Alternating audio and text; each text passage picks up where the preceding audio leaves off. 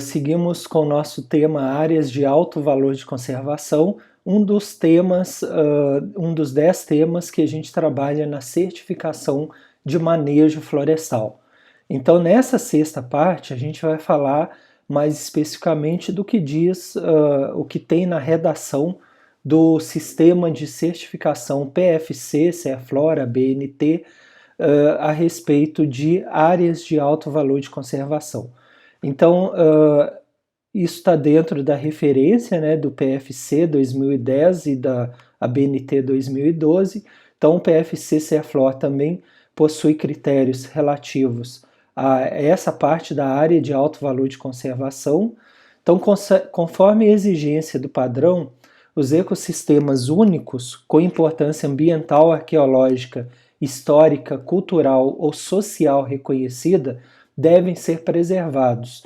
Então, o que eu sempre digo, quem vai fazer essa classificação são os profissionais habilitados de cada área. Então, importância ambiental vai ser quem? Vai ser um profissional da área, vai ser, por exemplo, um engenheiro florestal, um biólogo, né, para ver aquela população, né, de animais ali daquela área.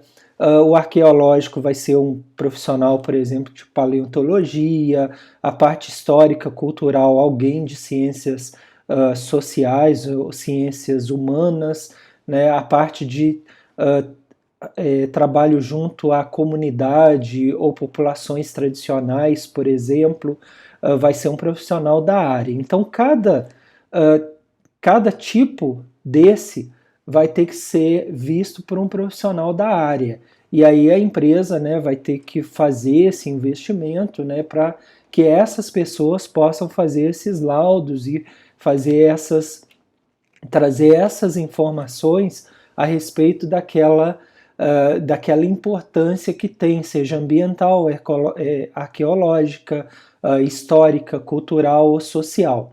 Tá? E aí, a partir da identificação desses aspectos, as áreas florestais que estiverem próximas ou dentro desses locais, elas devem ser preservadas e elas serão consideradas como áreas de alto valor de conservação. Então eu trouxe uma figura aqui mostrando como que uma área não é só floresta, né? Ela tem várias outras, tem uma biodiversidade grande, né, de animais, micro-organismos, né, a própria árvore, fungos, insetos, animais, outras plantas, peixes e por aí vai. Então, interessante, eu trouxe mais a título aqui de curiosidade para vocês, né? Não sei se vocês já ouviram falar, mas a China estava para montar uma primeira cidade florestal, né?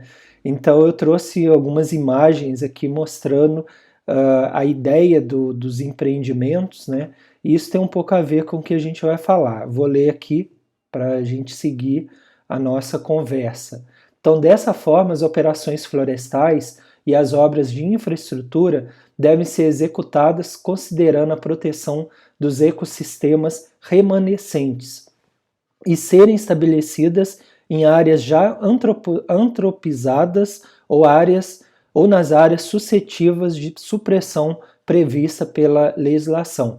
Áreas já antropizadas são áreas na qual o ser humano já está presente, né? Então, essa área florestal tem que considerar toda aquela a participação humana ali, que podem ser, como a gente já viu em outras aulas, podem ser populações tradicionais, quilombolas, indígenas, população ribeirinha, outras mais, né? Deve-se cuidar também das obras de infraestrutura. Então, aquela área ali florestal, ela tem que ter todo esse cuidado, né? Que a empresa vai ter que mostrar para a certificadora que ela tem esse cuidado e que ela tem toda a atenção em relação àquela relação entre pessoas e floresta. Aí eu trouxe um contraponto, né, que seria o contrário, né? No caso da China, a ideia de se fazer a floresta, uma cidade florestal. Então ela traz a floresta para dentro da cidade, né?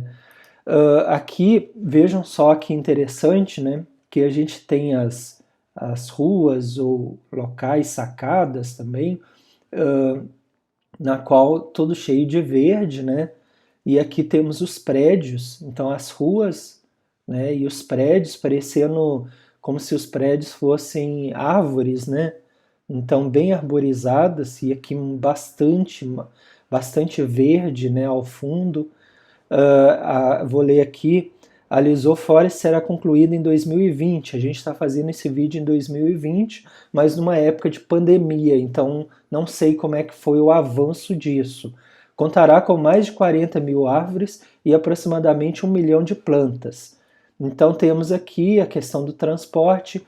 Outra, a disposição de lineamento de plantações florestais deve ser intercaladas com a vegetação de ocorrência natural, contribuindo para isso a formação dos corredores ecológicos. Então aqui a gente já falou sobre corredores ecológicos, então tem que haver essa conexão para facilitar a movimentação dos animais, né? Então temos aqui, e aqui é bem interessante, fica em Singapura, né? Então, gente, lembrar aqui, né, da questão dos ecossistemas, os remanescentes, né, as áreas antropizadas. Aqui um exemplo, né, da cidade florestal na China, aqui um transporte, isso aqui tudo é um protótipo, né? E aqui a questão dos corredores ecológicos que a gente já tinha comentado, né? Por isso que eu nem me ative muito a falar mais sobre isso, mas aqui que eles sejam conectados, né? O corredor, e permitindo com que populações que estão isoladas por meio de uma rodovia, por exemplo, possam se conectar. Então isso também passa a ser importante dentro dessa ideia da área de alto valor de conservação. Então temos aqui os nossos contatos, tá? É bem interessante poder passar essas informações para vocês e eu gostaria muito, quem tiver interesse, né, de também entrar em contato e me dar um retorno sobre as aulas e sobre tudo que a gente está falando. Então eu agradeço a atenção de vocês e até a próxima aula.